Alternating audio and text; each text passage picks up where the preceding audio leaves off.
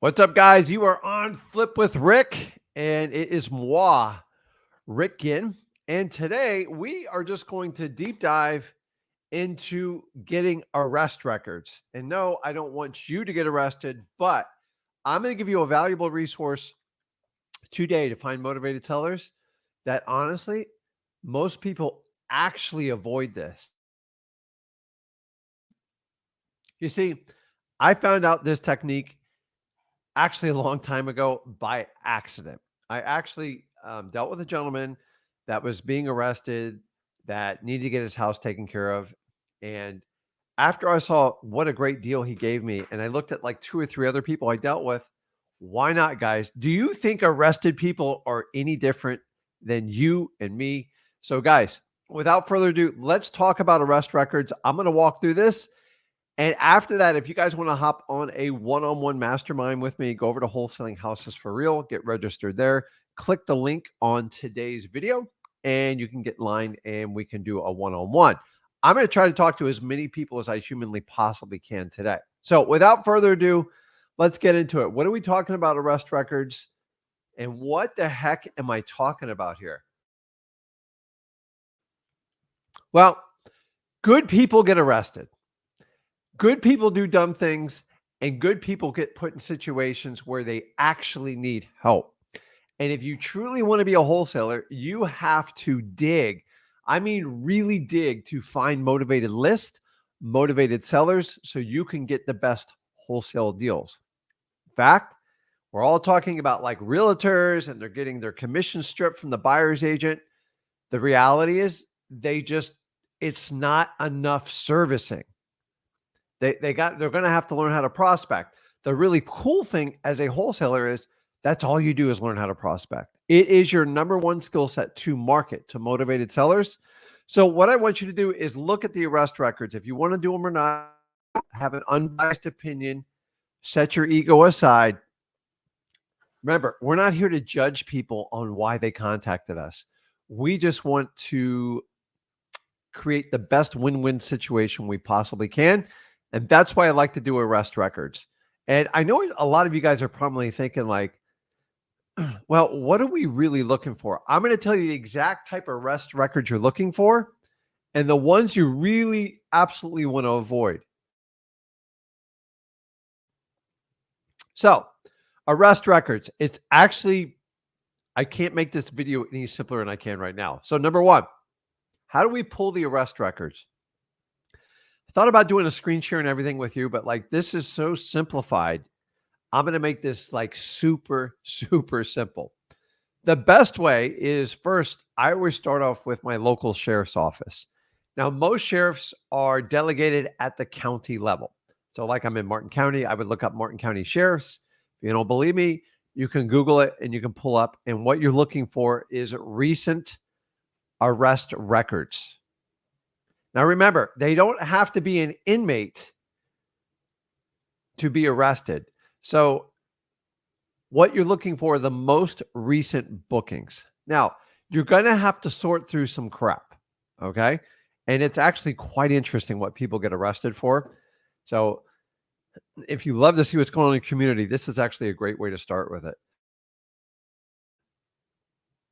So first thing, go to your county sheriff or your city police website. Actually, I'm going to see if I can pull mine up. And just to kind of show you guys, Martin, let's see. They're all a little bit different, but like you kind of get the gist. Okay, let's see if we can share the screen here. Let's see. Present.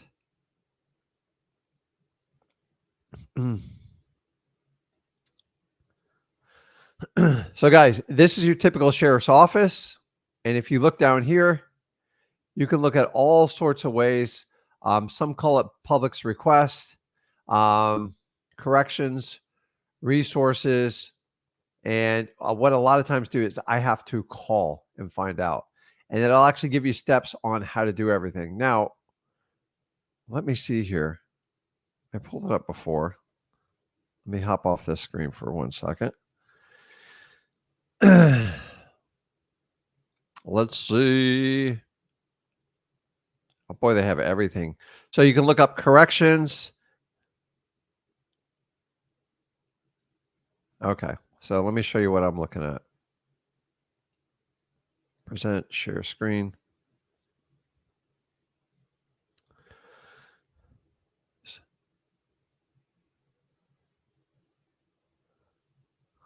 So basically what I did is I went and pulled up recent bookings, and you can just start clicking right there.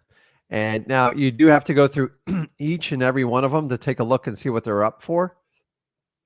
And some of these have attachments. You just got to navigate through your website. So I'm just going to click the first one here, arrest affidavit, and then you can actually read it. So some of them actually categorize it. And then you go through. So this one right here, let's see what the offense is. So this is for a warrant, which a warrant means you're probably going to jail and you're going to have to post a bond. So what I'm going to do is look up. So what we are looking for the arrestee, and I also going to look up an address. Now keep in mind, this person got arrested in Martin County, but it looks like they have a Palm Beach address. So what you have to do now is cross-reference either Martin County records or the Palm Beach County property appraisers records. And from that, you should be able to look up and see if there's any type of links. Now, I say search the most recent arrest, but the words you're really looking for is bookings. Everybody gets booked. Not everybody gets detained. So I'm not a cop. I do understand the legal system. Some people get arrested and they post bond, or some of them, it's a minor charge and they get let go, or some have to sit in the county jail. And a county jail is just a temporary holding cell for people that didn't make bail or whatever they have to do. Now, here's the most common types. I'm going to tell you right now. You're looking for DUIs. That's going to be 80% of them. The next one's going to be battery. I'm sorry, it's just the truth. Some of these people hurt other people. Typically, it's domestic battery is the most second common one I see. And the third one is theft. A lot of it is petty theft, but honestly, people writing bad checks, stuff like that. I'm not here to get into the weeds of it, but here's what happens on all three of these types of felonies that are on your screen. Once they start getting arrested 2 and 3 times, they're going to wind up doing significant jail time. And significant jail time means they get taken away from a house if they own it. And a lot of these people lack trust for kind of obvious reasons because they're doing illegal activities. And they don't really have anyone to depend on to take care of the house while they're in jail. And that's where you and me guys come into it. That's where it's absolutely perfect. And I'm telling you, the average person that goes away by the second and third time, they're doing usually 3 to 5 years for any of these three above here. If you a constant repeat offender, then the law keeps imposing stiffer penalties on you. And that's how it should be. But keep in mind, guys, someone's first DUI, they're probably not, they might go to jail overnight. They have a small bond to post. But when they keep doing it over and over, by the time you get your third DUI, you're looking at 3 to 5 years. The first one's supposed to scare you. The second one, you're going to do a light amount of jail time. And by the third time, you're doing a lot of jail time. So this is the order of which I get most of them in. Have I taken other ones? Yeah, but for the most part, I'm looking for a felony who's someone who is an habitual offender of the exact same thing over and over. Why? Because the judges become less and less lenient with these people. And that's why arrest records are actually really cool. Very few people actually comb through these. Mostly bail bondsmen comb through them. And by the way, bail bondsmen is an excellent, excellent avenue to find motivated sellers. Basically, they're motivated insurance men that want to get their premiums back when someone screwed up or violated their parole. So once you cross-reference the person that is arrested and you find if they own property in that county, then this is what I do. So after you do that, I'm going to go over to the property appraiser site. Sometimes you do have to look at multiple counties, and you have to keep that in mind. And the golden rule, guys, the golden rule, we're looking for multiple felony offenses. Now, say you find your list. These lists, by the way, you're not going to get hundreds of leads from them. You might get 20 to 40 or 50, depending on what size county you're in. And that's a good, healthy one. Some of you guys in small towns, it might be like 5 or 7 because the population's only so big and they can only arrest so many people. But that's okay if they do that, because that's the name of the game. And maybe you're the only wholesaler in town reaching out to these people. Guys, this works. I found it by accident. Now, once you have your arrest records and you've cross-referenced to them, your next step is to figure out your method to reach out and contact your arrest prospects. I call them prospects. They're not even a lead. You have no idea if they're even going to work out yet. So, in my opinion, the absolute best way to get in contact with these people is direct contact. And in my opinion, there's 2 very, very good ways.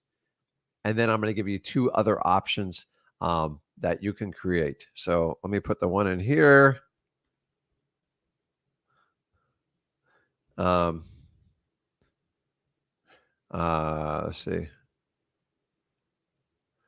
Oh, that's it. Okay, I got it.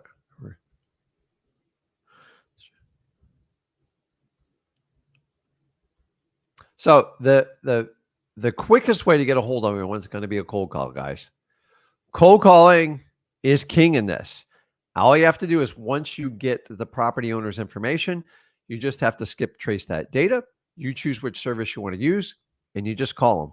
And honestly, the simpler and more direct you are with them, the better off you are. They are not looking for a big sales pitch. Honestly, all I do is say to them, listen, do you have interest in selling your house? I drove by. It seems like a good house that we'd like to add to our collection.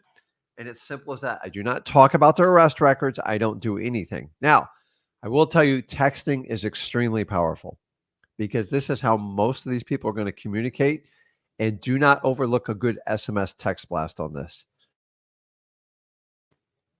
Now, the good news is these isn't a ton of leads. You don't need a triple line dialer. You just need your cell phone, and you can easily do the SMS texting through your Google Voice, or you could just do the cold calling through your regular Google Voice and use that. So the level of sophistication in this campaign is very simple. Here's the key, guys. You just got to do it. Some of you are looking for free ways to get leads for motivated sellers for your wholesaling operation. And if you're short on leads and you're not working the arrest records, then I have to ask you, are you doing absolutely everything you humanly possibly can to do it?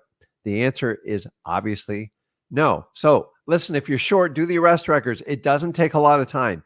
It's very simple. It's not hard.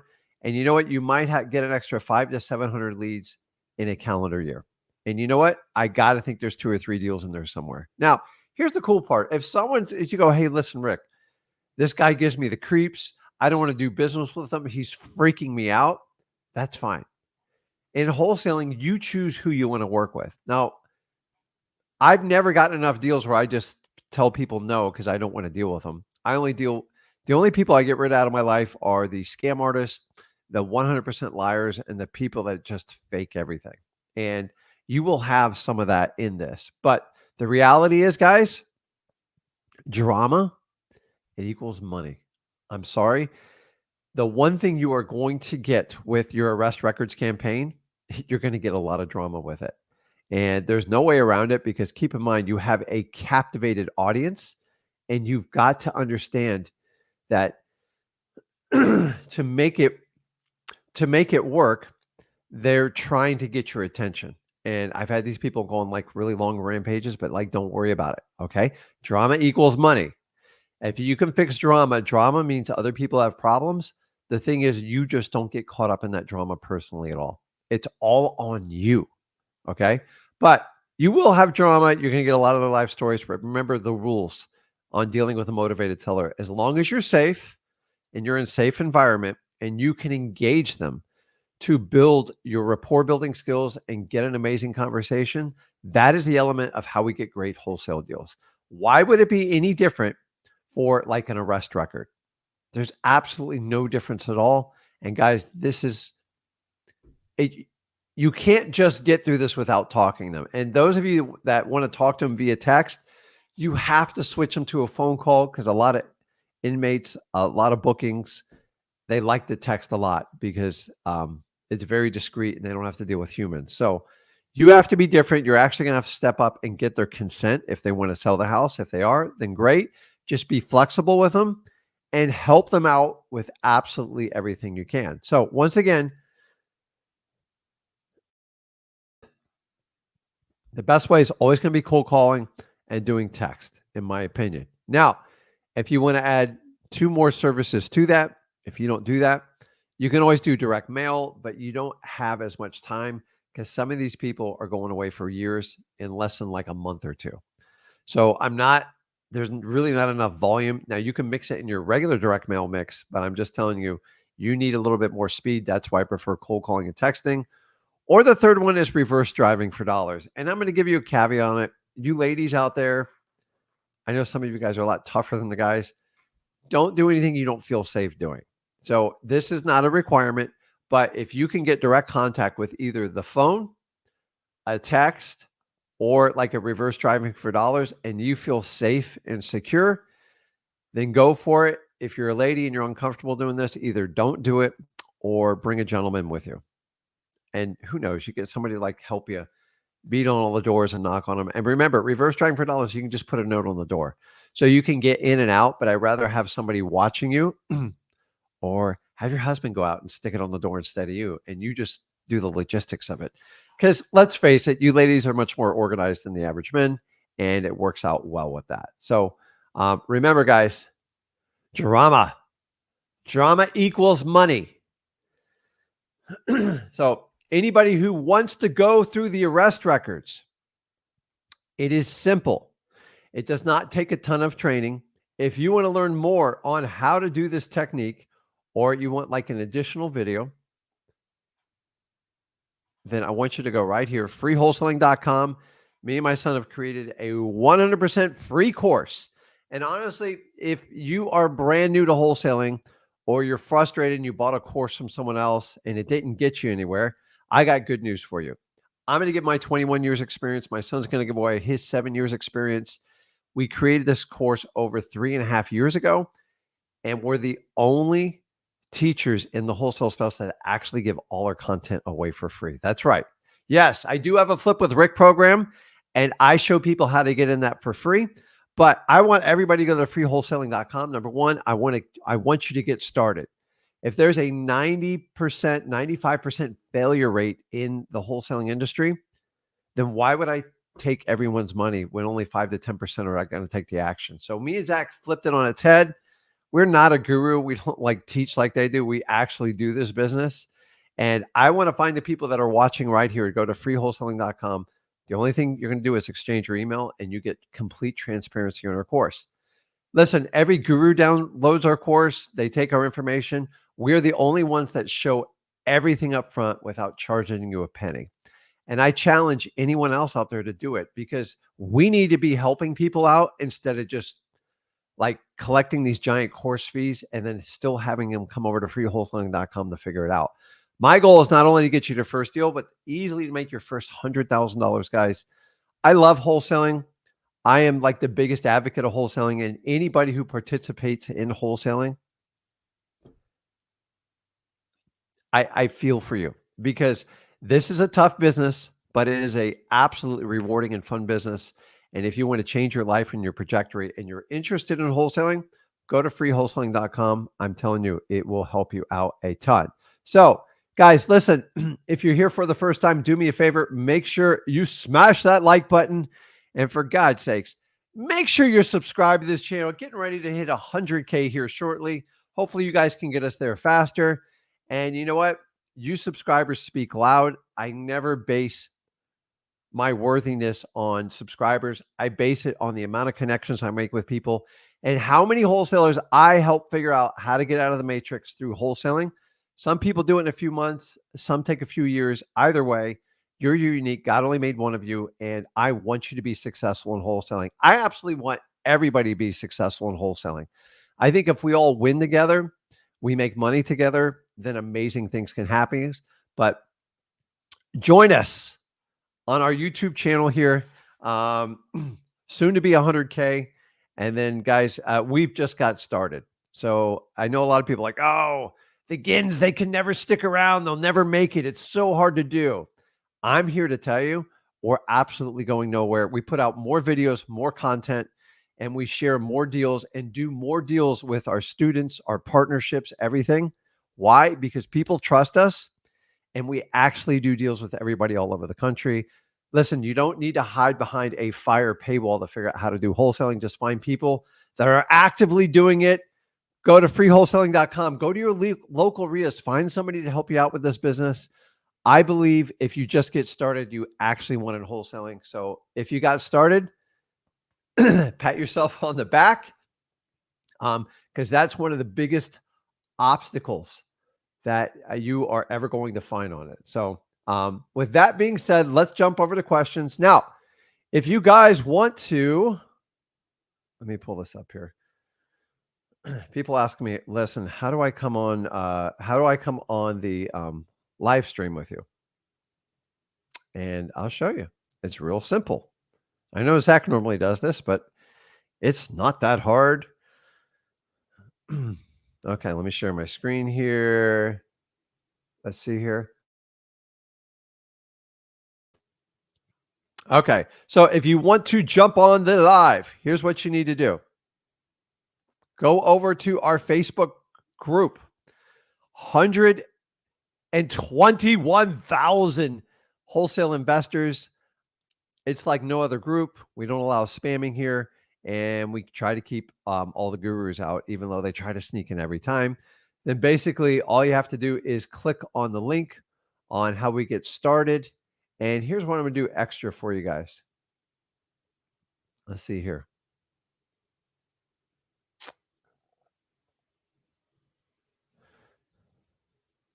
Okay. What I'll do, I'm going to leave you guys a little bit of bonus for some of you that, and I'm just going to do this by first come, first serve. I'm going to put the link live stream. It's in there. It's under my comments. So you guys should be able to see it. Actually, nope, I didn't do that, did I? Okay, here it comes. Here it comes. I put the link in the comments under Rick Ginn. First come, first serve. Let's jump over and do some questions.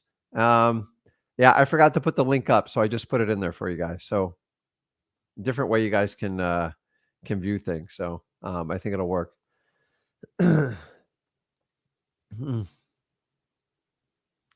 So Zach, you've got to basically get their name, and then you're going to have to cross-reference it to that county's property appraiser site.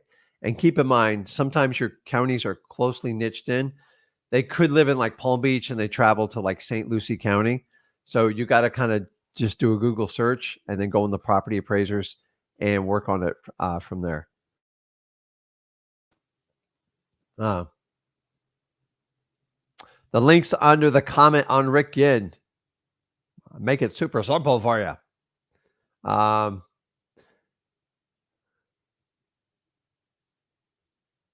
Yeah. No promotions. Come on. Drama equals money. You are right. And Treya, I think she is referring to freewholesaling.com. The course is worth taking. Halfway through, knew nothing of wholesaling. We really appreciate you too. Guys, I'm telling you, man, I got 21 years. I poured absolutely everything into it, and take advantage of it. Like, just assume you paid me 10 grand. And the really cool part is I find people that I help get started in wholesaling. Most of them get to six figures, and then they want to go, how in the world can I work with Zach and Rick? And this is how we do it. So Let me see here. What's Amelia? How you doing? Yes, Zach is out today, so you guys get me, which I think hopefully might be better. Maybe we can, but we can talk about anything. Me and Zach do the exact same thing. Okay, let's jump on. Here's a good question because we were talking about earlier, bail bondsman, and I went over this last week too. Guys, the best way to work with a bail bondsman is just good old like networking, foot to foot.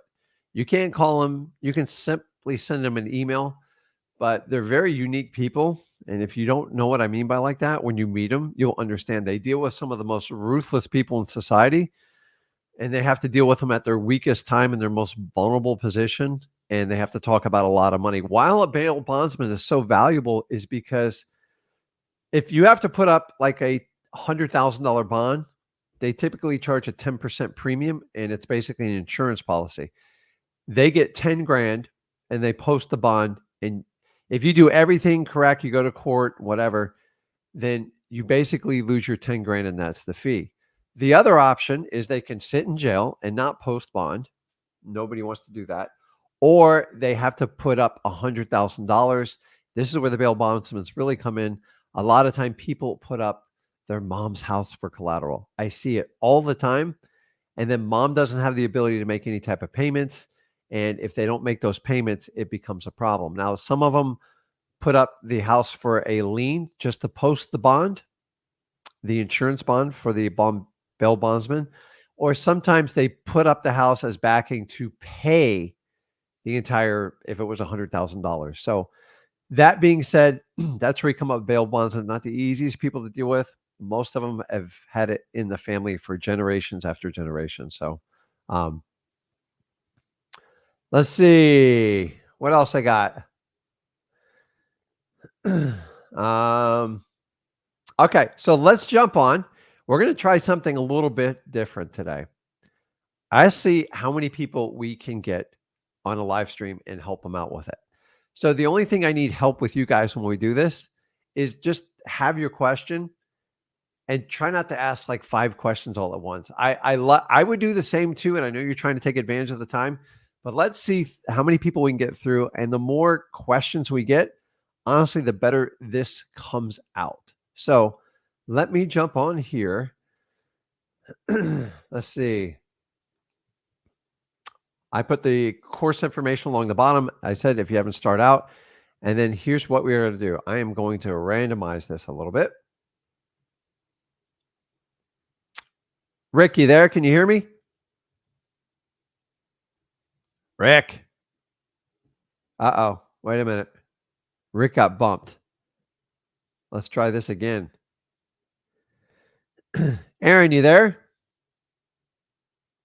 Aaron. Rick, can you hear me? Yeah, man. How you doing? Hey, Rick, I'm actually at this part-time job. Sorry about that, but I got a quick second to chat real quick. Go ahead. Quick questions of what we're doing today. Yes, sir. So I've been talking to the Clayton County a lot today about the tax delinquents. I even emailed them an open record request on your email. And what I'm getting back, the pushback that I'm getting is they're telling me that I got an email back from the district attorney saying that basically it's not public information and they don't have to share it. And so I called the clerk of the court to make sure I was talking to the correct department. And so the clerk of the court, she really didn't want to help me out. She was just told me to call the code enforcement office. And so I called them again. And they're basically telling me to I need to get a lawyer involved, that they're not going to share the information from me, and to email the same email that I've already emailed the open record request to. So that's where I'm at with them. I'm just at a dead end right now, trying to figure out how I can proceed forward and what I can do to give me some leverage on this. Which state are you dealing with? I'm Clayton County, Georgia. So here's what I'm going to tell you, because if I could pull the records for you, I would. Number one, the taxes are supposed to be public information, because here's what happens is when people don't pay their taxes, they have to put it out for public information to sell the tax certificates. So what you need to figure out is their privacy policy. And I'm going to be honest with you, it is much easier to do in person than you do on the phone. It's so easy to say no on the phone. I know I'm not giving you any like superstar advice here, but it's just the truth. Okay. To be, if property taxes pay for the fire department, the police department, your school systems, the roadways, it should be public information. Now, why they're not cooperating with you, I think it's just easy for them to say no to you over the phone. And why would you have to hire an attorney to get public records on Right. county taxes? Right. And then I always tell them, here's what I do when people give me a difficult time. If you could just put an email and tell me word for word what I need to do, so in the event I do have to get a lawyer, I can document I followed exactly what you told me to do. Right. Okay. You shouldn't have to get you shouldn't have to get a lawyer to get public information, but you just try to appease them and get past the privacy policy, and it goes a lot further if you go in person. And you're going to have to use your skill building sets just like we teach you with motivated sellers. Oh yeah. You got to do Oh, the yeah. same thing with government employees. Remember, Right. they're regular people. Yes, Her sir. boss is just telling her, don't give it out no matter what. Give them a hard time. Okay. Eventually, they're going to have to give it to you. All right. Because it does wind up going public eventually anyways. And Really? if it funds all your local utilities, your roadways, your schools, your police department, why would I have to hire a lawyer? Like, I hire a lawyer, you guys are going to have to pay for it. Just keep pressing through and try to get the information and try to go in person, okay? Okay, Rick. So the best bet to come to conclusion is basically just get the address, go there in person, and try to get through the private policy. Yeah. And you're going to have to kiss a little butt. I'm not going to lie to you. And listen, guys, I never said you guys are going to bat 100% on every list. Some counties are just difficult. Sometimes I have to wait for employees to quit or get fired to get back and getting the normal list. And sometimes people are just having a really bad day and they take it out on you. Go, listen, I know you're just doing your job, but here's all I'm trying to do is get access to the information that funds all our roadways, our schools, our police department, our fire department. And you're telling me that public information is private. If you could, and worst case scenario, I just haven't put it in writing because 9 times out of 10, they'll never put it in writing because it gets them in trouble. So, Well, I did get an email back from what the email was saying. It was saying like this is not public information, but it came from the district attorney. And I asked my old real estate boss that I used to work for, originally started off wholesaling. I said he told me to call the clerk of the court. That would be my best bet for her to give me to the correct department. you could be at the wrong department too. I don't know what a code enforcement officer would have to do with property taxes. Other than that's how he gets paid. Right. So, Yes, sir. Just All right. just recircle the wagons. It's a pain in the butt. I mean, I get property tax. It's funny because I just paid like $80,000 in property taxes today. It's ridiculous. Okay, Rick. Well, I appreciate it. I'm gonna JV my next deal with you, my friend. Okay, let's do it, Aaron. Anytime, man. The flip and Rick and meet you guys in flesh and blood and get connected with you guys and really. Let's do it. With you guys. Let's do it. All right, Rick. Okay, I bud. appreciate it. I'm gonna see ya. contact you as soon as possible. All Got right. it. Okay. Destino. What's up? What's up, What's Rick? going on, man? How you What's doing? up? How you doing? We're into speed rounds today. What can I No, help you I out? know. I got my question figured out, but first I want to thank you because I got my first deal. It took me about a year, but I kept negotiating myself. I wasn't really consistent on the phone, so I take full blame, but I stayed consistent, and I ended up getting a wrap deal in Indiana off of a FISBO. Okay, guys, did you hear that? Once he decided to lose his excuses and be accountable to himself, honestly, I'm sure he had to lose his ego in there too. If you can do those 3 things, you can do anything you want in wholesaling. But if you're just constantly going to make excuses, you won't get it. If you want to prove everybody they're wrong and you're right and your ego just blows it, like takes over, you can't listen to other people. Number 3, he made himself accountable. Like he just did the work. And at the end of the day, here's the trick. And like, if you ever want to study someone who gets stuff done and you wonder why, like you don't, the truth is most people that don't get stuff done are not accountable to themselves, meaning they will lie, steal, and cheat. Listen, we all done it. I've done it to myself. You guys do it to yourself. If you can't look yourself in the mirror, the man or the woman, and say, listen, I'm going to do this, and then you keep not doing it, it will destroy you as a person, and it will shatter your self-confidence, and you'll never get anything done. But once you man up or woman up and you say, that's it, I'm not going to negotiate with myself, I'm going to get it done. So unless my health is absolutely failing or I have a family emergency, I'm going to be accountable. So if I said I'm making 700 phone calls this week, it's not 620, it's not 650, it's not 699, it's 700. And a weird thing happens when you start being accountable to yourself. The only way you can fix a problem is you have to know the truth. Because if you don't know the truth, you can't fix it. The only way you can find the truth is by losing your ego. So congrats for following such basic advice, but like it works. And by the way, guys, if you come on here and complain, I'm going to be the first to kick you off because you're not helping me. You're not helping everybody else at Flip with Rick, and you definitely ain't helping yourself. Yeah, I still struggle with consistency, though. I gotta say it. I still negotiate a lot, but I get like at least an hour or two of calling throughout the day. My question to you is, right? If I was, I've been thinking, I'm like, you know what? Like, if I could just have a system set up where I woke up in the morning and I had a list of motivated leads and I had numbers, then I would probably be more efficient because now I don't have to like skip trace them. I could just call, right? So what would that system be like if I set it up? And I want to average like basically like 5 deals a month. Because I'm really good on the phones, not to toot my own horn, but I'm really good on the phones. And so what I'm saying is this: how many leads would I have to just skip trace overnight and have ready the next day, just for me to put on like maybe like on a triple line dialer? Well, dude, you threw a lot at me there. Sorry. So the challenge is, I get it, dude. We all want to wake up and have the best list of motivated sellers. It would be every wholesaler's perfect morning. They're vetted, they're ready to go. I just got to call them and close the deals. The reality, when you're in the beginning of your journey, unfortunately, you're the person that has to make that list happen. You are not at a point where people are just going to hand deliver it to you.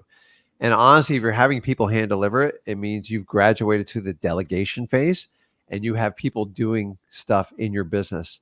You have a marketing person or a marketing team that helps you comb through all these lists, and then just whatever marketing medium you use, you just blow it out. So what you have to do is reverse engineer the number of leads you need to get on average. So if you knew you're getting a deal about every, I don't know, 2,200 calls, 2,500 calls, you can just simply reverse the math out of it. And the reality is the numbers should get tighter because you become more experienced and you're better. But a lot of things are dictated by how much time you have in the day, what your budget is, and what your system is you have set up. So number one, only you're going to have the answer to that. I could sit here and rattle off numbers. The more volume, the better. Like, I'm not going to overcomplicate this to you, but you just break it down on how many days, how many calls do you make a day, and how many days a week. And you can just extrapolate it out that and have that for a total cold calling number. Also, if you do direct mail and say on average, just simplify things, it costs you 50 cents a piece. It's more than that now, I know that. But if you are going to do 5,000 mailers a month, that's what, 5,000 times, you're going to spend about $2,500 a month to get 5,000 leads. How you get those leads, and you just got to reverse engineer the math. If you were going to do 10,000,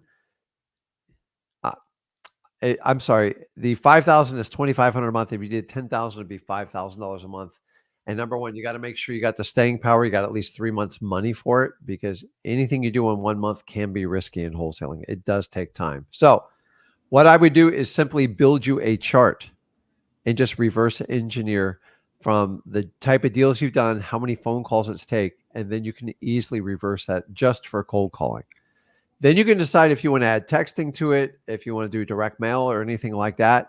But always go and deep dive on the thing that's got you the most progress, especially when you get started, because you should be able to put a little money in there and really pour it on. It would be cold calling, but you did a video where you were like, if you guys want to average 5 deals a month, it was like, I think it was 10,000 leads that you said. And you said, obviously I have PropStream, so I could get it from PropStream. Yeah. And then you said to add like 500 code violations. Or should I do that, or should I maybe like have most of those to be just government lists instead of like getting the PropStream ones? Just get Here's the challenge in the beginning, guys. Government lists give you the highest and best motivated leads, meaning, but the reality is there's only so many people on these lists. Like you will eventually run out with these lists. In the beginning, you really don't, because you're trying to figure out how to talk to people, how to write contracts, how to do the assignment of contract. But once you do a deal or two and you cut your teeth on government lists, number one, don't stop doing them. But like my government list, like I might be like 2,000 total. Like to me, that's not enough for me to even do like a mailing and all the other stuff. So we're going to do a 3-prong approach. We're going to cold call them, we're going to text them, and we're going to mail them. And we still go out and do reverse driving for dollars. And then what I'm going to do is try to build up that list with like at least 500 leads driving for dollars. Because to me, once again, government lists and driving for dollars are going to be your highest. Like to me, that's going to be the best list you can do. But the challenge is like you can only hit those lists so many times. Like when you do the tax delinquencies after 1 or 2 rounds of cold calling and texting and maybe even mail, you're kind of done with the list. I'm not a guy who's going to send someone 7 pieces of mail to see if they get it. If they don't get it by the second or third piece, they're probably not selling your house, and I don't waste money. So in the perfect world, I would use listaria.com. I would get my 10,000 free leads with it. And I would maximize that 10,000. How you do it, if it's cold calling, if it's SMS texting, or a combination of mail, it is completely up to you, and using reverse driving for dollars. The next thing I told you, I would exhaust all my government list, and that should give you anywhere from 1,000 to 2,000. And then I would top it off with 500 driving for dollars leads, because I love driving for dollars. A 500 driving for dollars lead list versus a 10,000 one that I'm going to pull off listrei.com, the 500 is going to beat it out every time. The house is already ugly. It has a higher probability of being sold because it's not in great shape. And you have a higher probability of them selling at a discount because the house needs love. It's not on MLS. And here's the best part. It's off market. And when they're off market, that's how we get really great wholesaling deals. So 10,000, 1,500 government leads, and I'd add another 500 for driving for dollars. And that gives you 12,000 prospects. Now, you're going to have to find the most systematic way to cut through them. If you're an individual army, meaning like you do everything, you got to find where your hours are going to come in, and you're going to have to figure out some sort of way to break that down. Because to be honest with you, 12,000 could be overwhelming for one person. But Right. you got to have a plan to attack it. And by the way, I've watched my son rip through 15, 20,000 cold calls in a month by himself because he wanted to learn the business so good. Now, triple E dialer though, right? Triple, yeah. I mean, that's like, so if, listen, you can do cold calling without a triple dialer, but like if you want to truly run it as a business and you don't want to waste a ton of time, it's much more effective. It just, because if I call 100 people and only like 4 or 5 picked up, you're literally going to waste an hour just dialing them all. And where a triple dialer is just automatic. It rings all 3 phones and picks up the one that picks it up. One short little question is that my follow-ups are like set up for like maybe the next week. Should I follow up with them in a month if they don't answer? I would just want to make sure I have my follow-up right. That's all. Yeah, you just got to prioritize your follow-ups. And that's always dictated by talking to the seller. So there's one that's just have to, some of them, you got to wait 3 months to call back because you're literally wasting your time. Like when there's 0 signs of motivation, nothing's changed. I want 90 days to go through to see if a life event happens. Guys, you see what happens in 90 days, man. Like weird stuff happens. 90 days is enough to let everything happen in someone's life. And keep in mind, you're coming into the last quarter here. We have Thanksgiving, which people make commitments and try to figure out what's important to them, hopefully family and friends.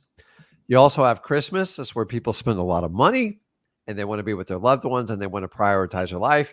And then the hat trick in this is when people do their New Year's resolution. So someone you just talked to today in 2 months could have a completely different story. If I already have the data and I bought the phone number, I'm going to keep calling them until I have to remove them off of my list.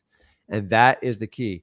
Now, when I have someone that has interest in selling their house, I'm going to cut it to 2 weeks or less. And then there's some people that need to be called in a week.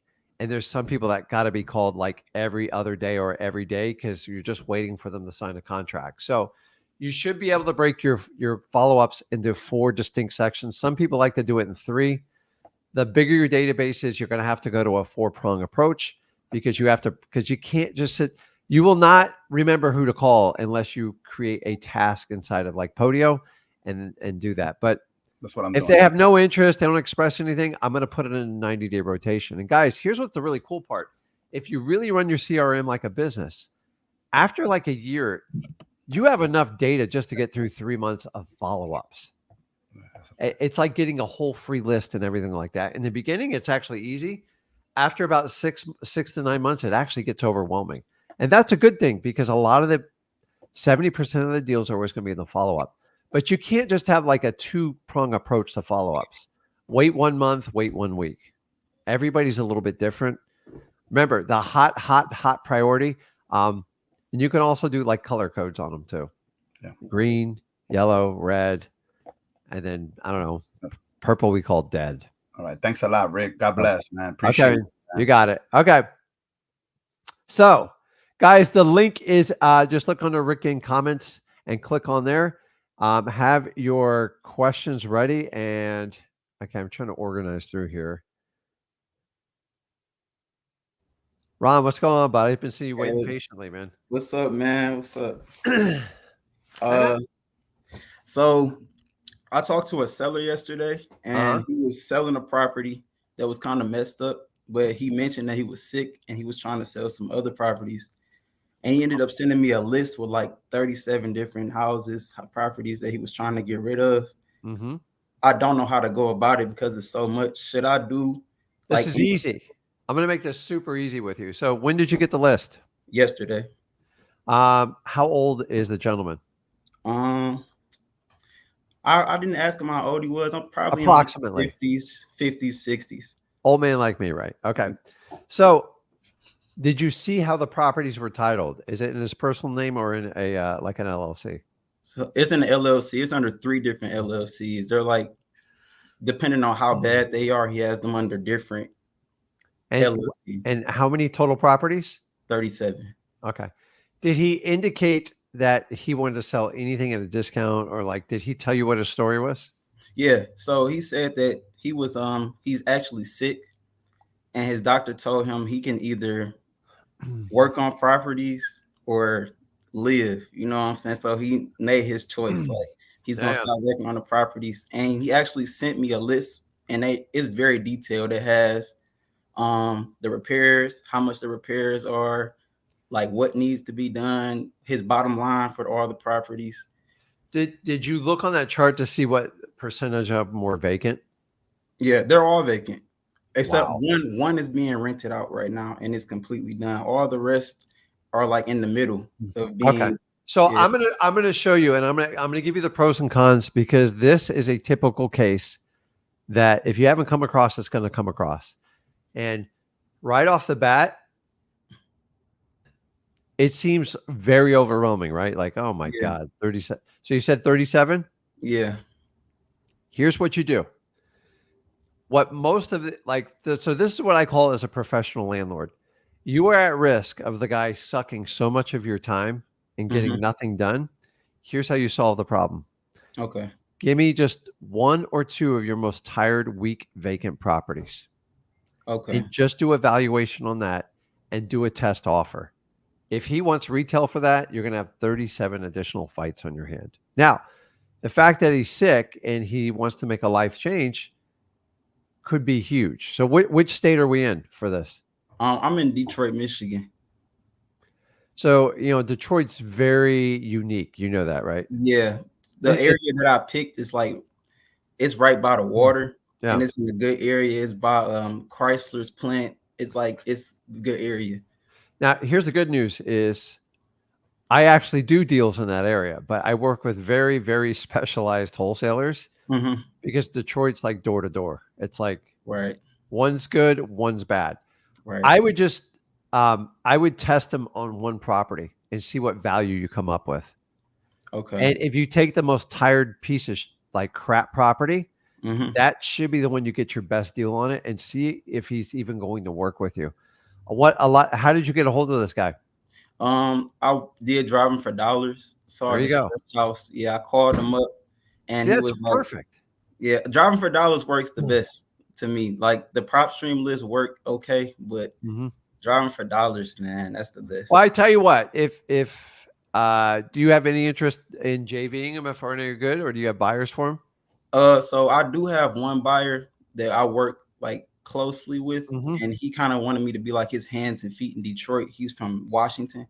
I got it. But, I'm not really too sure about him because he's very specific about what he wants. And I was hoping, because I know you guys do bigger deals, that maybe I could, JV with you Yeah. on my So first. why don't you do this? Send me an email, support at Flip with Rick, and then put your name, put Ron, RON, and Mhm. Detroit into it. And if you want, I'll look at it. I'm going to keep it private, but Okay. I still need you to take that additional step. Tell him the one he really wants to get rid of the most, the ones Right. that's causing him pain. Because if you want to see if there's any motivation there. Because Yeah. I'm going to be honest, some of these guys, they're such a pain in the butt.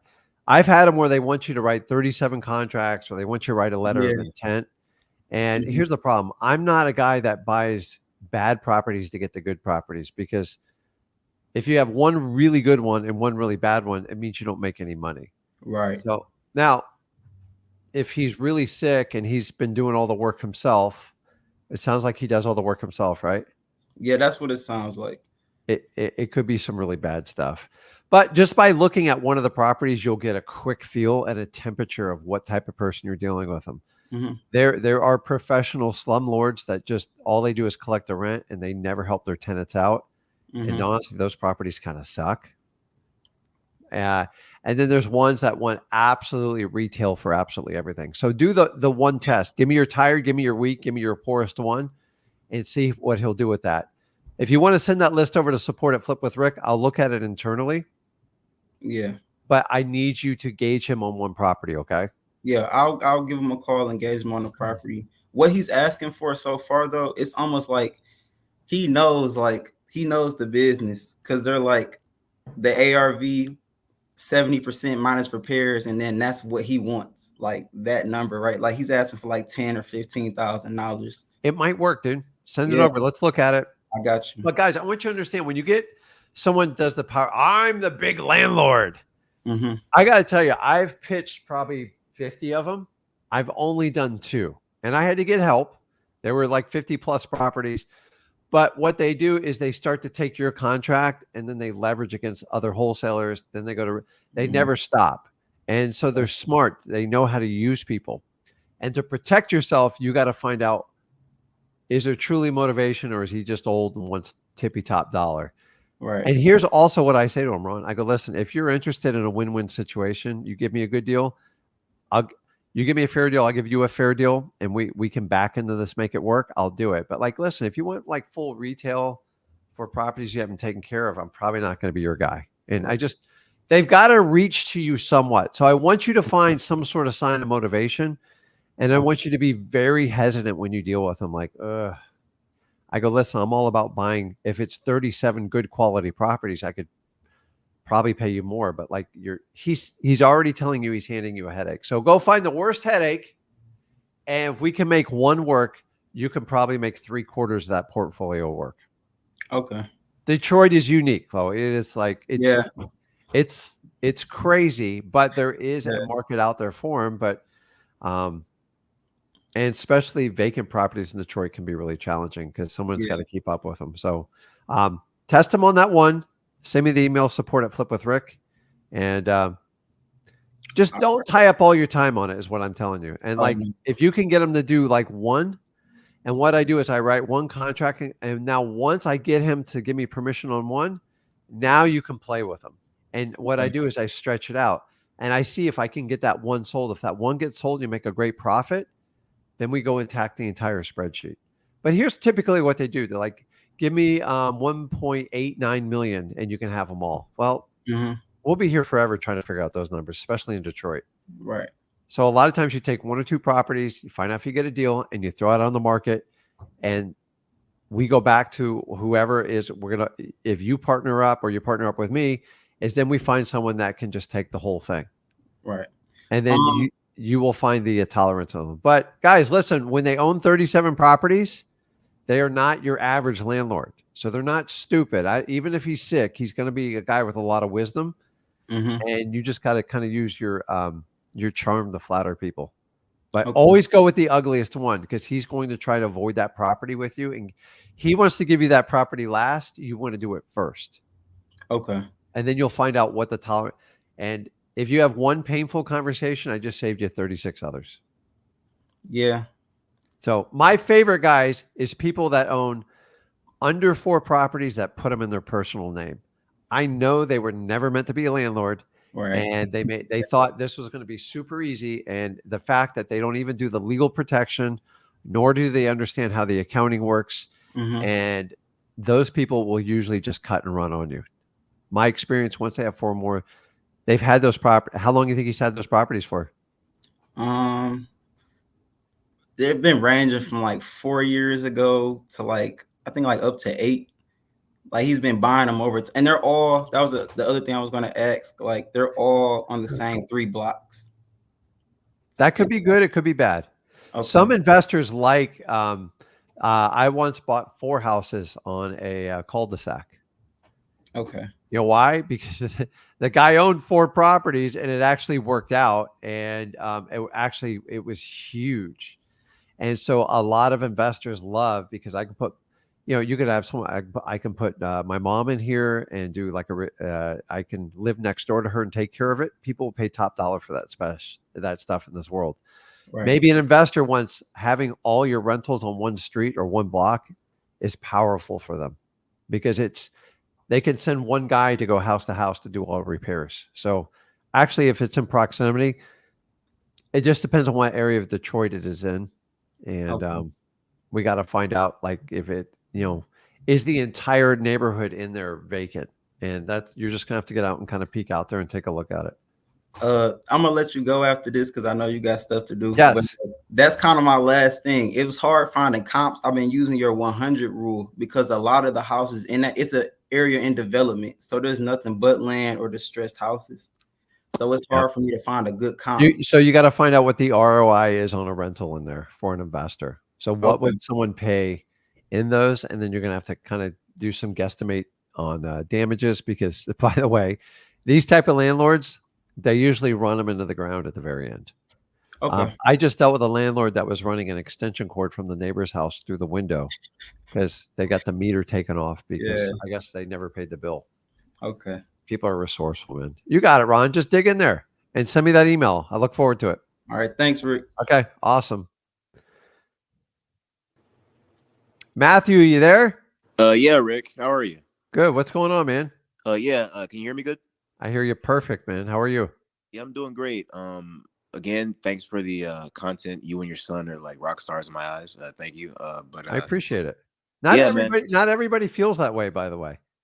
That's crazy. It's crazy. Funny. And guys, I'm just here to tell you, me and Zach will take every arrow in our back. We have really pissed off the guru community because we give stuff away for free. I want you to think about that for a second. Okay. And a lot of people, wow, he charges for Flip with Rick. Number one, I have a free way to get into it. And a ton of you have taken me up into it. And number two, I still tell everyone, when you get started in wholesaling, go over to freewholesaling.com. I have never changed that course. I have never taken, all I do is add to it. And when I add to it, the people that actually want to go out and do the business, they're going to take the action and be accountable to themselves. It's all there. So guys, just because I offer an additional service for those of you that like to take me up on it, and the people I do that, I'm looking to create long-term partnerships and trying to get them to scale up their business. But I want everyone to get their first wholesale deal, get to their first 100 grand, and then you make that decision. You can do that all at freewholesaling.com. I have never, ever, me and Zach have never taken it away from you guys. So that being said, I appreciate the compliment, Matthew. So what's going on? No, it's cool. But yeah, yeah, like I've followed you guys for a minute. I got my first deal off of Bandit Signs. Awesome. I know Zach. He's a real proponent of those. But that's been, and this is gonna show I haven't had the best discipline almost a year and a half ago. since I haven't had a deal since. And like, you know, and it's no excuses. It's just me not marketing it enough, you know? So, Yeah. and then like, you know, they hired some more people with the whole bandit signs and stuff, but those are excuses. So I've just now just been like cold calling and pulling like a bunch of lists and stuff and just doing it that way. But Yeah. Well, Matthew, kudos for at least recognizing it. yeah, If you recognize kind of your own BS, it's just easier to get through it. And we've all fought through this. And I'm here to tell you, a lot of people, you go into wholesaling with your old personality. Well, if you didn't like your old personality and it caused you to be broke, you can't use you can't use your same habits to be successful in wholesaling. You're going to have to change. And you know what people hate the most in life? change. They hate it. Like, listen, trust me, but like, I'm just, guys, we all know the outcome of where we're going, right? Yeah. We're all going well, I'm not going to get into the practicality, but listen, you started dying the day you were born. So you have a choice. You can count the number of days you live, or you can count the number of days you truly lived. And honestly, I don't like, you've got to look at it. If somebody did not wake up this morning, and you guys, when people come out here and like bitch and moan, first thing you do is just be accountable to yourself. And guys, understand that marketing is the lifeblood of all wholesalers. And if that blood is not pumping, your organs are not going to work. And you just got to find a way to do it. So now that you recognize it, you got to break down a plan to create consistency. So either you plan your day or the rest of the world will plan it for you. It's one way or the other, your day's getting planned. It's either your choice or the other person's choice. And I promise you, if you don't take control of that, it will force you to be broke. You're all right, man. You're right. Okay. But yeah, man. But yeah, I know you're busy right now. I know I'm taking your time. But yeah, so I'm like, talking to you, man. It's okay. yeah, hey, thanks. But yeah, so you know, I started back, marketing, and it's been like I want to say about 3 weeks. You know, I try to pull like the probates every day. I get the list pendencies like every 7 days. I got the code violations for the past 4 months since the 25th of July. Okay. I got and yeah, also the tax liens. I know there's the municipal ones for like Harris County. Then there's the ones for for like the actual like just like the state, because there's two different departments. I had to do all that. Mm-hmm. And yeah, I'm just trying to make sure that I get like because I'm doing it off of this thing called Sideline. It's like a more sophisticated version of like Google Voice.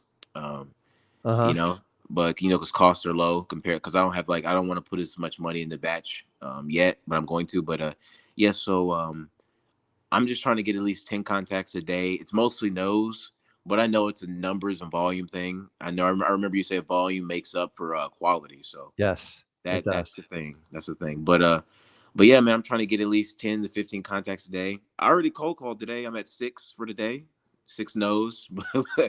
But yeah, man, really it's just like, do you think that sounds like I'm in the right area, or am I like I, doing like enough? I mean, you just listen, dude. I'm never going to limit the amount of volume you do. Yeah. So it just government lists. You're reverse driving for dollars, and you're driving for dollars. Just max those out, and just decide if you want to go to like listuri.com, or you can go over to Batch, and you can get the 10,000 per month. It kind of forces you to take action because you're paying for that data, even though it's cheap. Yeah. But it's use it or lose it every 30 days. So it gives you 120,000 contacts you can do in a given calendar year. And then Yeah. if you add your government list, so then it just comes down, how do I reach out and contact all these potential prospects? And you got to come up with a plan. And if you're doing it yourself, you got to be honest with yourself. Either you're going to have to like kick it way up, or you're going to have to bring in somebody to help you out. And only you can make that decision. But volume fixes everything, guys. I'm just telling you. I also hear you use the word try in there. You got to get rid of that word. It's like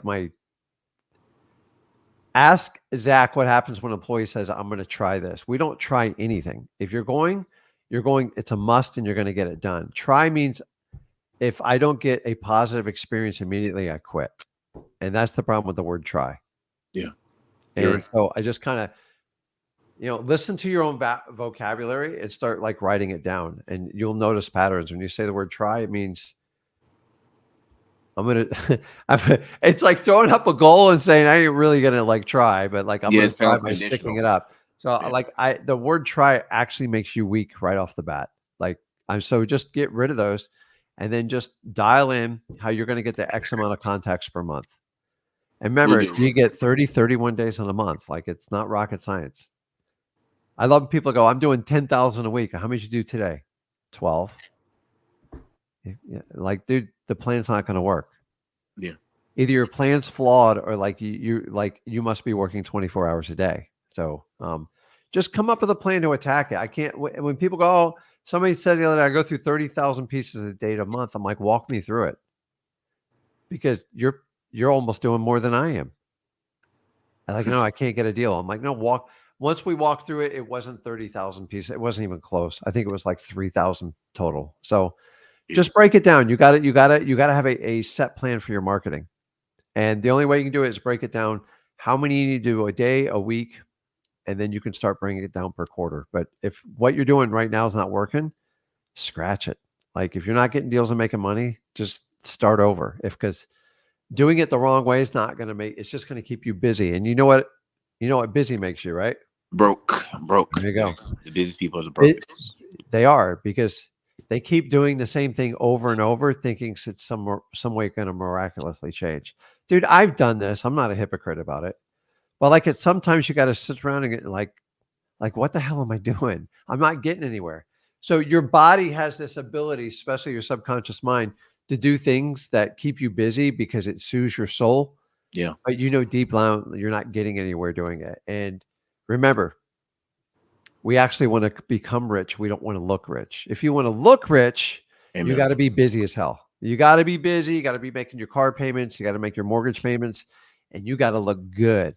And so you constantly have to adjust yourself. Someone like me is like, guys, you want to know what I drive? I drive a beat up F-150 truck, and I got a Honda Accord. It ain't sexy. I don't care. I don't give a crap what you think of my car. Actually, me trying to validate what you think of my car and my belongings is just a waste of human space.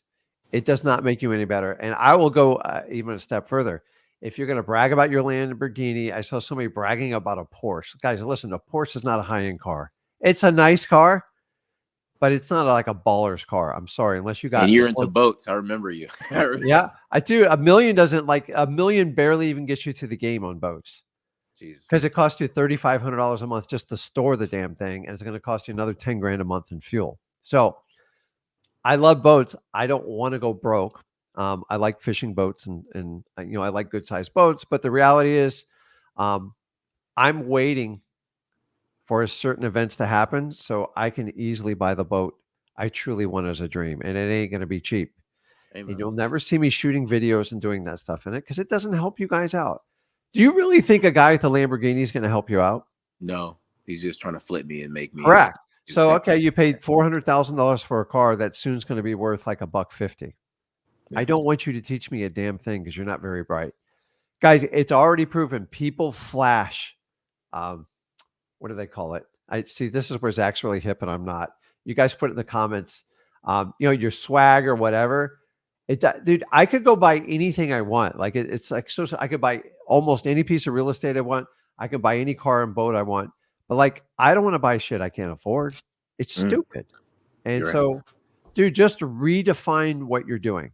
And if it's not working and you feel like you're busy, just start back at the basics and then just reverse engineer your lead counts.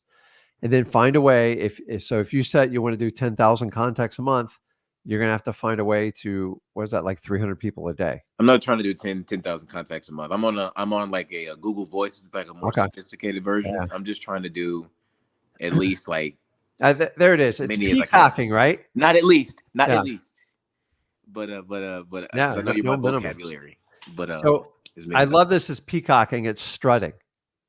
And this, by the way, guys, this is the prime example of when your ego takes over. If my ego take over, I would sit here and brag the entire time. It doesn't help you. I can't stand when I meet with other investors and all they do is brag. Listen, here's my brag. How much time I spend with my family. I have a very successful, multiple businesses with my son are very successful.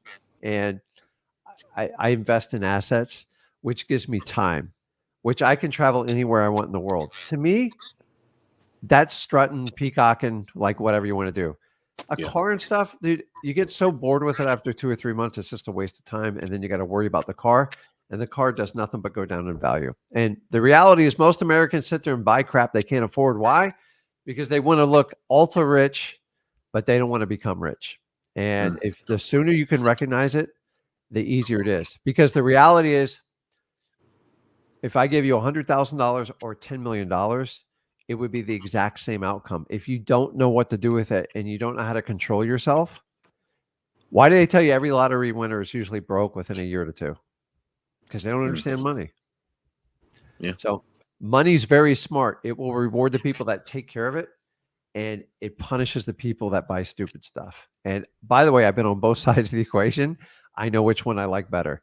So it does take willpower. Funny story. I was out the other day with my wife over the weekend. Everyone's buying like all their holiday stuff. I want to say I was in like a Sam's Club. It was Sam's or Costco. I hate either one of them. But everyone's like, they're just buying reindeers. They're buying $200 like blow up Santa Clauses. And I'm just like thinking, I go, what the hell are you going to do with all this stuff? You know why? Because I find all this stuff in everybody's attics when I buy their house. And there's thousands of dollars of tchotchkes and it's all worthless. Yeah. If you want to spend time in the holidays and take care of your family, especially the kids, here's the best gift you can ever give a child. Just give them your time. That's all they want. All I ever wanted to do as a little boy was play. I want to go out and play wiffle ball, and I wanted to play football. And if my dad ever would have frickin' listened to me, that's all I wanted. I didn't want to be bought. You can't be bought as a kid. That's the really cool part. And if you buy as a kid, that's how we create. Well, I'm not going to get into it. Hey man, I got you preaching. No, No, I man. know. Thank you So, for your time. But look, I'm not gonna keep going for the excuses. But yeah, I'm just gonna make sure I just double down on the marketing and cold calling and just as many leads as possible till I get that next deal. you got it, man. Because Okay. for some reason, my second deal is when people complain about their first deal, that it really just fell into my lap. It was like crazy motivation. Yeah. And now the second deal is the issue, but it's just me not marketing enough. You got it. Okay, bud, go get it. All right, man. Thanks. Okay. So, Coffee with Carline, I'm glad you're finally here, but you don't have to post like 8 times to do that. So, let's see. It says wiffle ball is legendary. If you guys didn't grow up on wiffle ball, you're missing out, man. We used to love that sport. My God, dodgeball, one of the greatest sports invented in middle school when I was growing up. And now, like, everyone's scared to do it. And to me, dodgeball was like the easiest one, but it was just, you know what? I'm not going to start about dodgeball, dude. I had fond memories as a kid. And we used to nail people in the head, and it was encouraged by the PE coach. And I'm here to tell you, I think you get suspended for that stuff now. So, okay. Will, you there? Yeah, I'm here. What's going on, man? I'm back up here. How's it going? Let me be back up here Yeah. to my notes. I wrote my questions down. I don't want to hold you too long. I saw you walk by. I forgot to just kind of catch you. How you doing? Good, I am. Good. How about yourself? Glad to be on. I appreciate everything you guys are doing. I'm fantastic, man. Every day above ground is a blessed one. So what's going on, man? Yes, it is, sir. All right, check it out. First of all, I know you're the subject of a record, so I'm trying to keep my question there. Can you request a specific charges list, or do you have to scrape through the different items? How does it work? Try to repeat it one more time because you're breaking up pretty bad. Hold on, let me get I got this little headphone thing. Let me Yeah, no, it was, I heard every third word. Can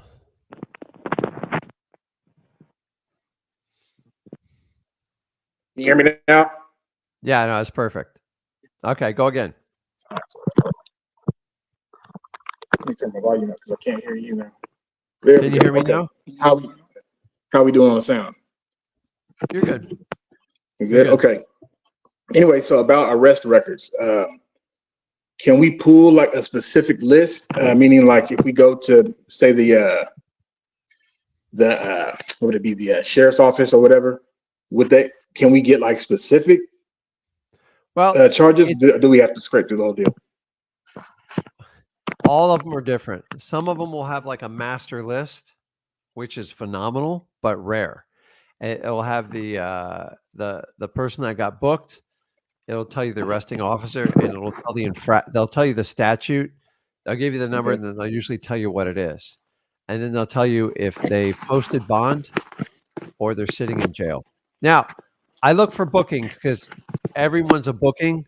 Not everyone's an inmate. An inmate is somebody sitting in county jail because they couldn't get bond or they couldn't post a bond. Nobody would help them out.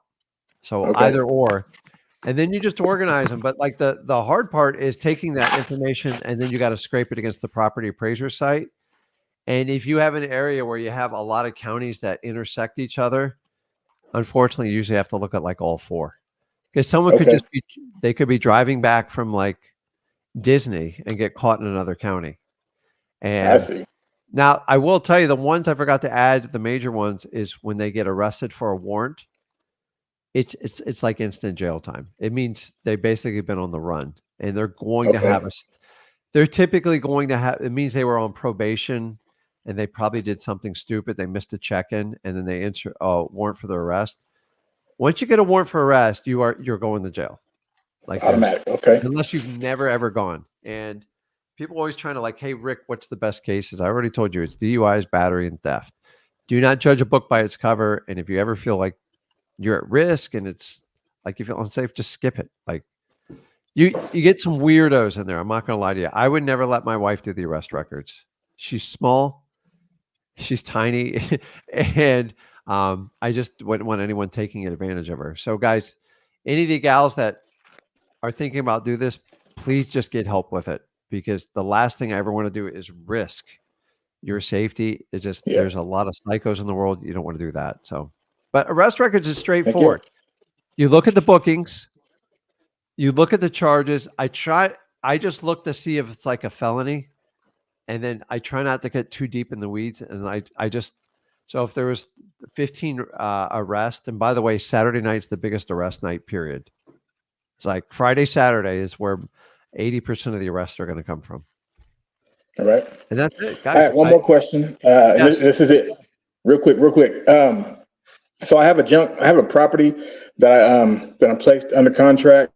I got it really low. The guy was actually asking for 15,000. I got Okay. it. I talked him down to. Well, originally I talked him down to 4,000, and he was like, "Well, can't really do less than 8." So I waited a couple weeks, called him back, kind of discussed it back and forth, got it down to 5,100.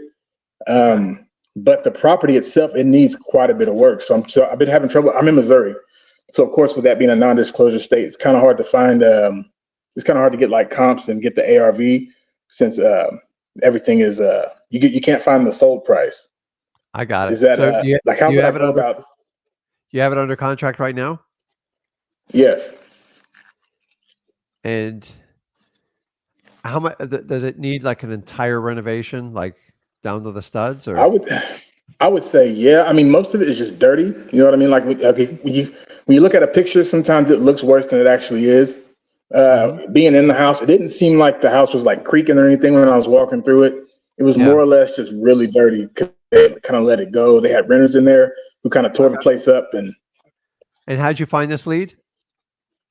I was actually here in town driving for dollars. That's the best thing. I love driving for dollars. That's pretty much all I do. Because I have a mail route. I work for the post office. So while I'm out, Awesome. I'm looking and I'm back. Yeah, I'm checking vacants left and right. And also I'm able to look at vacants on our red books in the office. I'm able to go in and I jot them all down and I go around and I'm able to find them that way too. Listen, and so how long you got to sell the deal? Really, I mean, they're motivated because they want to get rid of it because they say they're tired of people being able to go in there and squat. And there's a brand new house that was built right next to it last year, and that house was built from the ground up, foundation and all. So it's bringing down the property value apparently because it's so bad. Go knock on the new house next door. Okay. And say, listen, I have an opportunity if you want to buy this lot. And maybe they clear it out. They do it like I would buy that house in a heartbeat. Just get rid of the problem. Okay. Dude, people pay big bucks for that. You should go to. Is the one built to it next to it a nice house? clean? Yeah, it's a nice. I mean, it's a 2-level. This house is actually a 2-level. The lower level is down below ground, and the upper level it looks like a ranch style home from the top. But if you walk around the back, it's got a Got it. lower level back. The other house next door is just like it. I would definitely approach them Okay. because like that would fix a lot of the problems. And if we're not talking about hundreds of thousands of dollars, maybe they buy it from 8 or 10 from you, like whatever, and it could be a very, very quick deal. Okay. But I would definitely, if you have it under contract, I would get it out there, find your cash buyers that buy those types in those areas. I think you got a good deal. You just got to All right. find the right buyer for it. I would Yeah, go through that's that been my house right biggest off the issue. bat. Yeah. And then, find out like they just might fix it up and they can use it as like a mother-in-law suite. Super convenient because whoever gets it's Okay. going to get it cheap. And I don't think you're going to have a problem doing it. So I would get working on your cash buyers list. And Okay. then if you get stuck, if you want to reach out to me at support@flipwithrick. But I think you can do this on your own, dude. Like, Yeah, I actually think I can too. I've like I said, I've been doing it probably now for about 2 months straight, like hardcore getting out there and hitting it. So I think I can probably handle the small one. I would find out. So I know you have a non-disclosure state, but you can use listarea.com and it does an API calculation. You can also use Zillow. I found out what that value of the house is next to it. Okay. And I just sell them the whole damn Yeah, thing. the house next to it is 157,000. I looked at it actually last night. You got a 157. good deal, man. I would go over there and go, listen, I can sell you this house. I would just say for like 16,000, 16,500. Okay. And then see if like before they walk away, go, what's your offer? And they go, well, no, I can't do that. I go, well, tell me what you can do. And just Okay. try to build it in. Like I would be ecstatic if you brought me that. I'd be like, oh my God, I can get rid of this blight, this problem. I'm sure they're not big fans of it. Okay.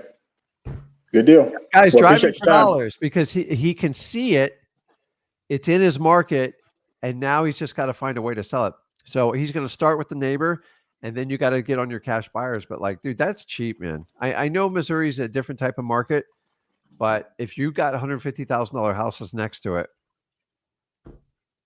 Heck I yeah. mean, I would make that an in-law suite, or I just make it like a nice vacant yard next to them. So All right. Sounds good, Rick. go get the neighbor and add I'm like getting 4 or it. 5 grand or whatever number you're thinking.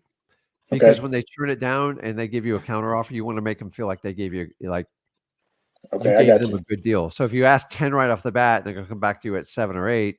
So start like higher, 16, 17, and just work your way down. Okay. So I appreciate it. you could even do a creative financing deal with them. You could have them put down like 10 grand, which basically 5 grand goes to your seller, 5 grand goes in your pocket, and then they can make $300 payments for the next 10 years to you. Huh. Okay. So Hey, yeah, I like you that have too. options. I would get your money for your seller, and I would get like a decent assignment fee. And then what if someone paid you for the next 10 years, like $300 a month? That'd be amazing, wouldn't it? Yes, sir. Because Yes, sir. you wouldn't even have to do anything because you would have a first position on the house.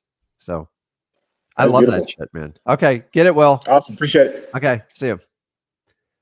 Guys, it never ceases to amaze me the crap that you can do in wholesaling. So, guys, do not overlook like the driving for dollars because it really, really works. Now, here's what I want you guys to do. Hold on.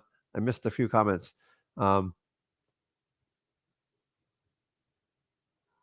Okay. Let's see here. Okay. So I put on the bottom of here, freewholesaling.com. If you have never done a deal before and you need to get started, go over to freewholesaling.com. I will be back on Thursday with me and Zach. We got a really fun topic. I'm going to surprise you guys with it. Everybody will have a good time with it. Listen, guys, if you got value from today's live, do me a favor. Make sure you smash that like button. Please make sure you hit that subscribe button and you can be part of our 100K family, or you can join our 122K family on Facebook. It never seems to stop. Remember, I'm always here for you guys. I will take the arrows from people who try to shoot us down, the gurus in this business, because nobody likes when you tell the truth. And you guys need the truth to be successful in wholesaling. Go out and get your deals, guys. And I will see you on Thursday, guys. Have a